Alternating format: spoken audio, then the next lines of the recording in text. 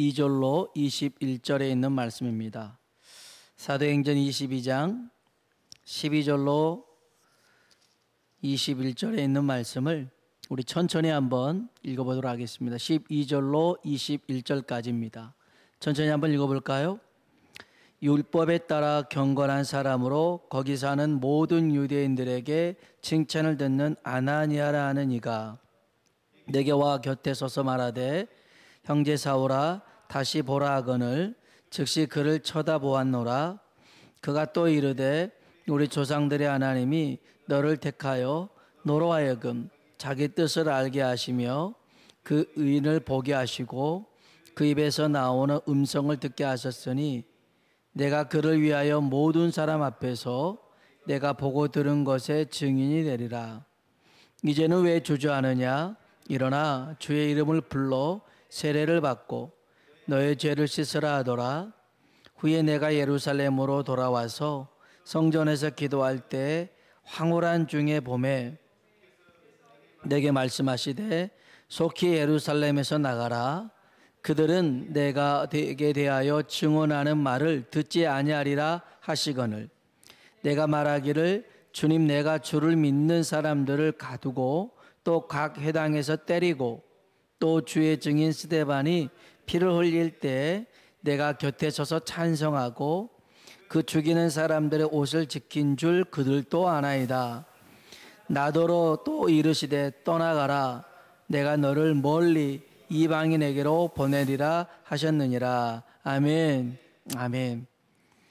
오늘 하나님의 은혜가 우리 모두에게 임하길 주의 이름으로 축복합니다. 빅터 프랭클이라는 사람이 있는데요. 이 사람이 나치 강제 수용소에 이렇게 포로 잡혀 있던 때가 있었습니다. 그리고 그때를 상기하면서 죽음의 수용소라는 책을 썼습니다. 근데 거기서 이 수용소 생활하면서 깨달은 세 가지가 있었는데요. 아주 중요한 가치 세 가지였습니다. 첫 번째로는 창조적 가치, 두 번째 경험적 가치, 세 번째 태도적 가치였습니다. 보니까요, 창조적 가치를 가진 사람들은 늘 뭔가를 만들고 찾더라는 겁니다. 경험적 가치를 가진 사람은 항상 배우고 자신의 경험을 남에게 나누더라는 것입니다. 그리고 세 번째, 태도적 가치를 가진 사람은 주어진 상황을 긍정적으로 받아들이며 이를 해결해 나가더라는 것입니다. 그런데 이런 가치를 지닌 사람들이 수용소 생활을 끝까지 견뎌냈더라는 것입니다. 지금 우리는 참 어려운 시기를 보내고 있죠.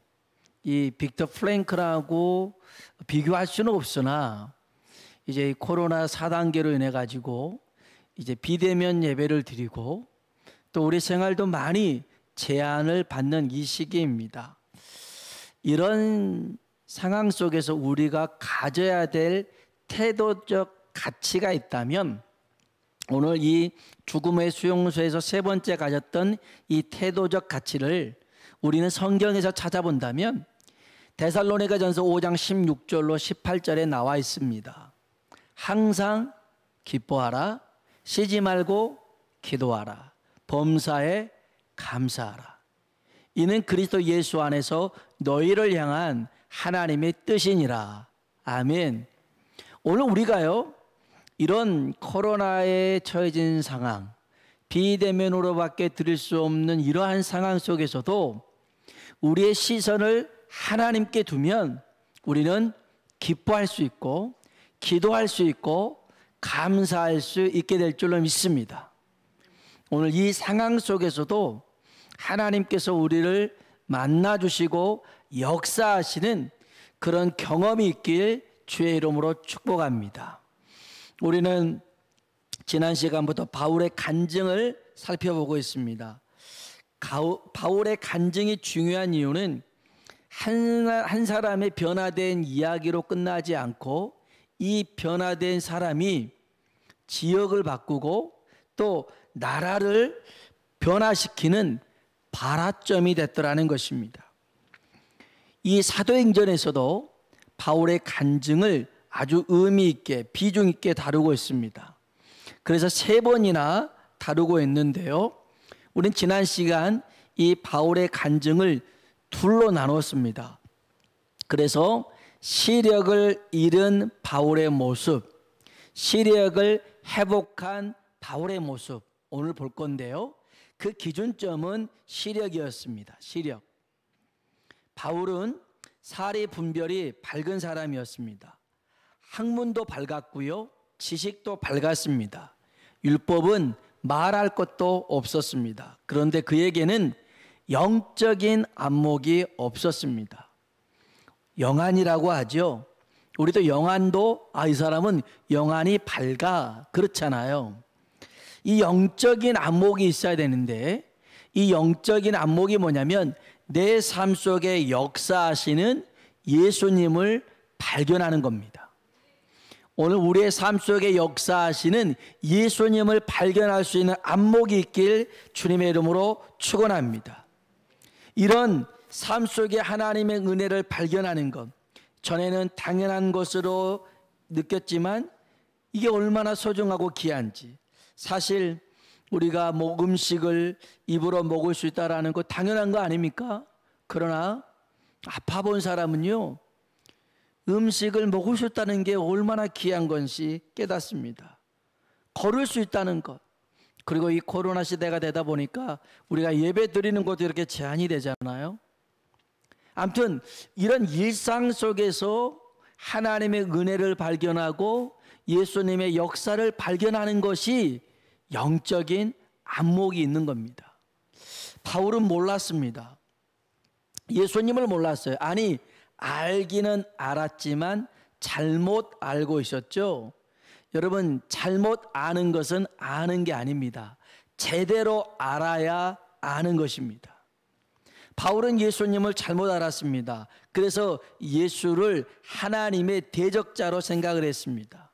그는 율법을 어겼고 전통을 파괴하고 이상한 궤변을 퍼뜨리는 사람인 줄로 알았습니다. 그래서 그를 믿는 자를 죽였고 감옥에 쳐넣었고 이런 일들을 합니다. 왜 그랬을까요? 영적인 안목이 없어서 그렇습니다. 영안이 어두운 자입니다. 그런데 그가 담에석으로 가다가 예수님을 만납니다. 그때 그는 육체의 시력은 잃습니다. 그리고 영적인 안목을 갖게 됩니다. 그는 이렇게 고백합니다. 한번 따라해 볼까요? 주님, 누구시나이까? 다시 한번요. 나는 내가 박해하는 예수라. 아멘. 몰랐어요. 누구십니까? 나는 내가 박해하는 예수라. 드디어 이 예수님을 만나게 된 것입니다. 사실 우리도 영적인 안목을 잃고 세상을 살아갈 때가 많이 있습니다. 세상을 사랑합니다. 안목의 적용이 반응합니다. 정말 보암직스럽습니다. 먹음직스럽습니다. 가진 것이 많을 때, 갖고자 하는 것이 많을 때 예수님이 보이지 않습니다. 저것만 있으면 행복할 것 같고, 저것만 있으면 편할 것 같고, 저것만 있으면 마냥 좋을 것 같아서 마치 아담과 하와가 뱀의 꾀임에 넘어가서 선악과를 따먹듯이 우리도 이 세상의 것을 따먹고 맙니다.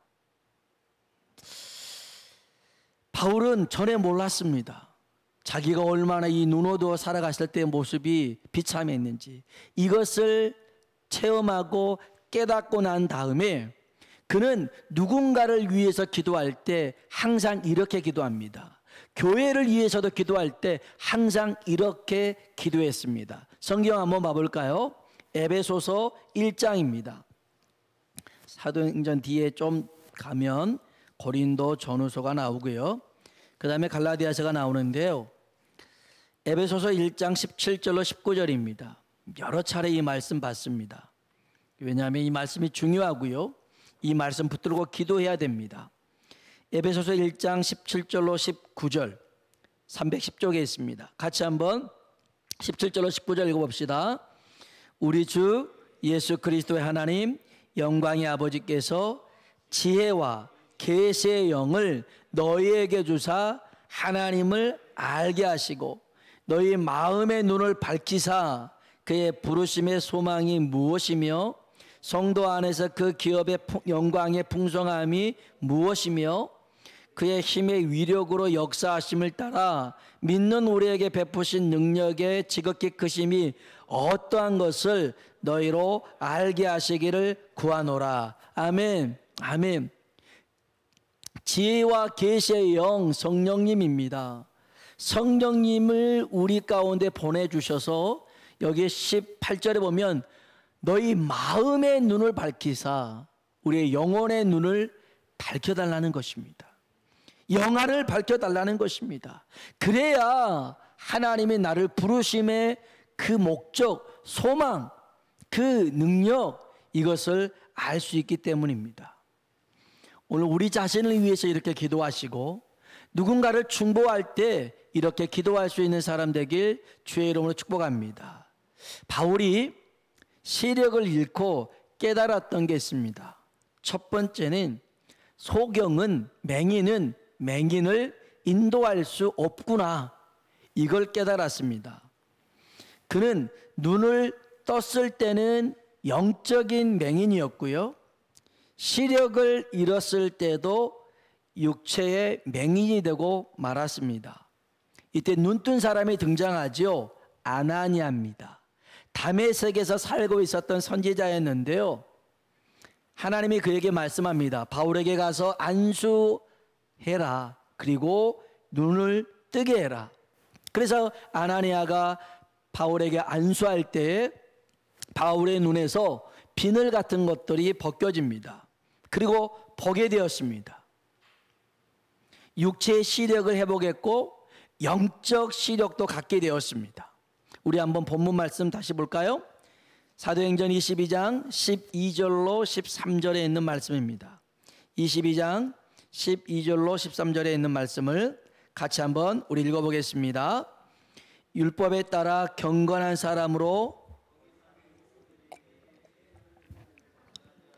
아나니아라는 이가 내게와 곁에 서서 말하되 형제 사울아 다시 보라 하거늘 즉시 그를 쳐다보았노라. 아멘. 아멘. 여러분 우리도 기억해야 됩니다. 맹인을 인도할 수가 없습니다.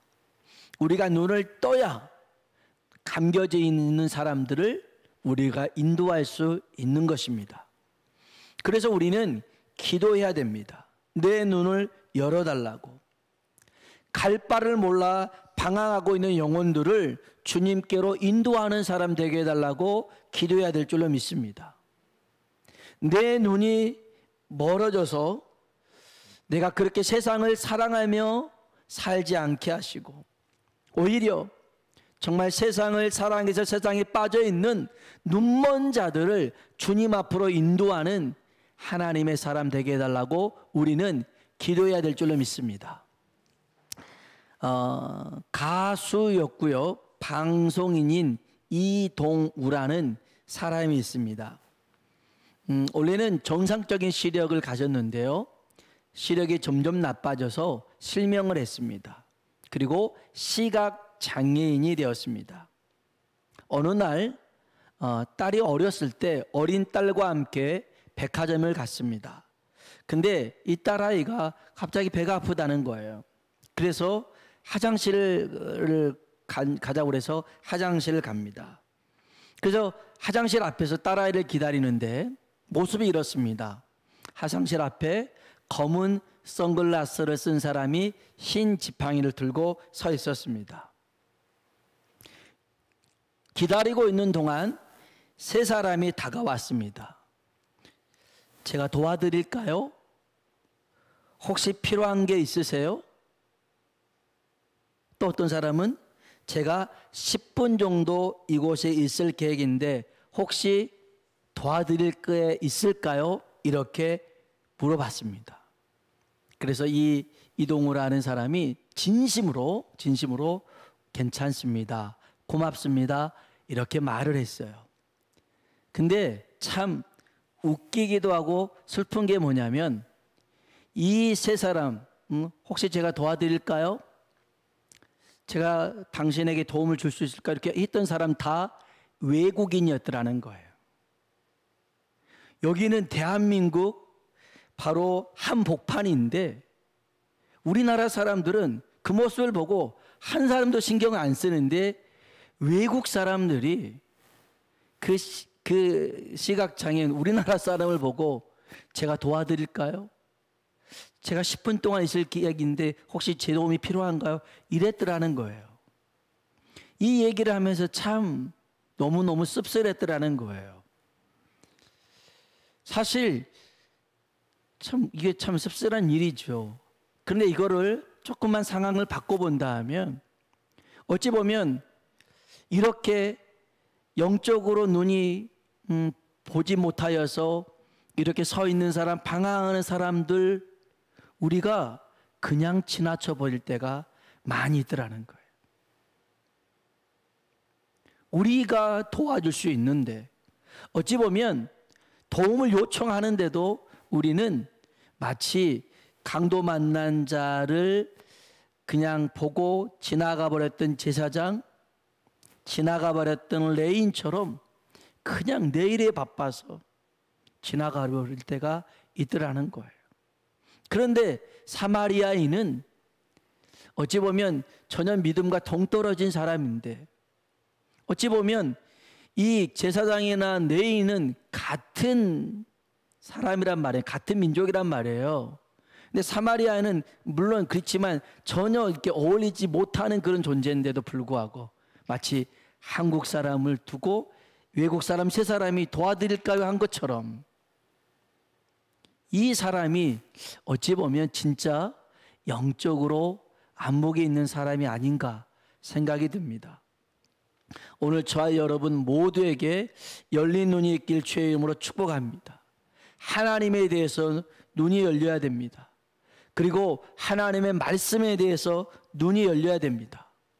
그리고 하나님께서 만든 사람에 대한 영혼에 대한 눈이 열릴 수 있게 주님의 이름으로 축원합니다. 하나님의 일을 누가 할까요? 보는 사람이 합니다. 보는 사람이에요. 물론 시켜서 할 수도 있지만 어떤 사람이 하나님 일을 하냐면 보이면 합니다. 안 보이니까 안 하는 거예요. 물론 하기 싫어서 안 하는 것도 있지만요. 여러분, 저와 여러분이 정말 영적인 안목이 밝아지길 주의 이름으로 축복합니다. 바울이 눈을 뜨고 영적인 안목이 밝아지면서 발견했던 것이 두 가지가 있습니다. 첫 번째로는 그는 영안이 밝아져서 예수를 발견하게 된 줄로 믿습니다. 전에 그는 자기가 가진 것에 대해서 굉장한 프라이드, 자부심이 있었던 사람이에요. 가말리엘의 문화생이고 바리새인 중에 바리새인이고 그런 율법에 정통한 사람이고, 그런데 예수님을 발견하니까 이 모든 것들이 다 쓸모없더라는 거예요. 아니, 필요한데 나는 필요한 곳으로 여기지 않는다는 거예요. 로마의 시민권이라는 특권마저도 그는 복음을 위해서, 예수님을 위해서 내려놓더라는 것입니다. 바울은 예수님을 발견하고 인생의 목적이 달라졌습니다. 가치관이 변한 줄로 믿습니다. 전에는 자기의 열심이, 자기가 아는 것이, 자기의 경험이 최고인 줄 알았는데 예수님을 만나고 나니까 이게 다 가짜였더라는 거예요. 이미테이션이었어요. 모조품이었어요. 여기에 인생을 허위하며 살았더라는 거예요. 사랑하는 성도 여러분, 세상의 모든 것을 다 얻어도 예수님을 잃으면 다 잃은 사람입니다. 그러나 세상의 모든 것을 다 잃어도 예수님을 얻으면 모든 것을 얻은 자인 줄로 믿습니다. 마태복음 13장에 보면 밭의 감추인 보화를 발견한 사람이 나오죠. 그는 자신의 모든 소유를 팝니다. 그리고 그 밭을 삽니다. 이유는 자기의 소유보다 밭 안에 있는 보화의 가치가 더 컸기 때문에 그렇습니다. 만일 여기서 보화를 발견했는데 그 가치를 모른다면 그는 그냥 지나쳤을 거예요. 그리고 그냥 평상시 그대로 살았을 거라는 거죠. 그런데 그에게는 안목이 있었어요. 저희 어머님이 이제 산에 가서 창출이나 쓴박이나 막 이런 둥글레 같은 것들을 캡니다. 그래서 또 밭에서도 이렇게 하시는데 제가 시골에 있을 때 어느 날 교회로 오셨어요. 교회가 이렇게 이제 계단이 66계단이고 양옆에 이렇게 화단도 있고 이제 소나무도 있고 막 그랬어요. 그래서 밖에서 얘기를 나누다가 어머니가 저한테 그러는 거예요. 저기 둥글레 있다. 둥글레 좀 캐라는 거예요. 제가 이렇게 보니까 풀밖에 없어요. 저기 둥글레 있잖아요. 어디에 둥글레가 있냐고. 저는 둥글레가 어떻게 생긴지 몰랐거든요. 근데 저희 어머니 눈에는 둥글레는 보였어요. 제 눈에는 다 풀이었거든요. 모르는 거죠. 그래서 어떻게 해요? 못하고 어머니가 뽑았던 거예요. 그리고 탈탈탈 털어서 뿌리를 보니까 아하, 이거 어머니가 7번 찌고 말리고 볶아서 준 그 물꿀에 먹었던 둥글레가 이렇게 생겼구나. 그제서야 안 거였죠. 그래서 제가 우리 어머니한테 그랬어요. 어머니, 산에 다니다가 혹시 산삼을 보시거든 한 뿌리만 캐주세요. 싫더라는 거예요. 왜요? 산삼이 어떻게 생겼는지 모른다는 거예요. 우리 어머니도 모른다는 거예요. 산삼을 캐본 적이 없어서. 그래요. 여러분 알아야 돼요. 알아야 돼요. 정말 그 보화의 가치를 아는 사람. 바울은 예수님을 만나기 전까지 예수님이 어떤 분인지를 몰랐어요. 그러니까 그는 자기 인생을 자기 주도적으로 살았단 말이에요. 세상은 우리 보고 네 스스로가 주인이 돼서 살아라. 자기 주도적으로 살라는 거예요. 그렇지 않습니다. 우리는 우리 인생을 지으시고 만드신 그 창조의 목적을 따라 살아가야 되는 사람인 줄로 믿습니다. 그래서 예수님을 발견해야 됩니다. 오늘 저와 여러분이 이 시간 예수님이 우리 인생 최고의 보석으로 발견되길 주의 이름으로 축복합니다. 그리고 두 번째로는 그는 예수님을 발견했을 뿐만 아니라 그는 사명을 발견합니다. 우리 마지막으로 성경 한 구절 볼까요? 사도행전 9장입니다. 바울이 예수님을 만났을 때 얘기죠. 사도행전 9장 15절 16절을 보겠습니다. 15절 16절 사도행전 9장 15절 16절 읽어보겠습니다. 주께서 이르시되 가라, 이 사람은 내 이름을 이방인과 임금들과 이스라엘 자손들에게 전하기 위하여 택한 나의 그릇이라. 그가 내 이름을 위하여 얼마나 고난을 받아야 할 것을 그에게 보이리라 하시니. 아멘. 예수님을 만나고 그에게 분명하게 얘기하는 것은 그가 주께서 이르시되 가라, 이 사람은 내 이름을 이방인과 임금들과 이스라엘 자손들에게 전하기 위하여 택한 나의 그릇이다라는 것입니다. 하나님이 택했더라는 겁니다. 여러분, 우리가 구원받은 것도요, 하나님이 우리를 택하여 구원하신 줄로 믿습니다. 뭐 하라고요? 디도서 2장 4절에 보면 우리를 예수 그리스도로 말미암아 구원받아서 정말 선한 일에 힘쓰는 자, 선한 일에 열심하는 자로 우리를 부르셨습니다. 그 선한 일은 바로 영혼을 구원하는 일이요, 또 하나님의 뜻을 이루는 일인 줄로 믿습니다.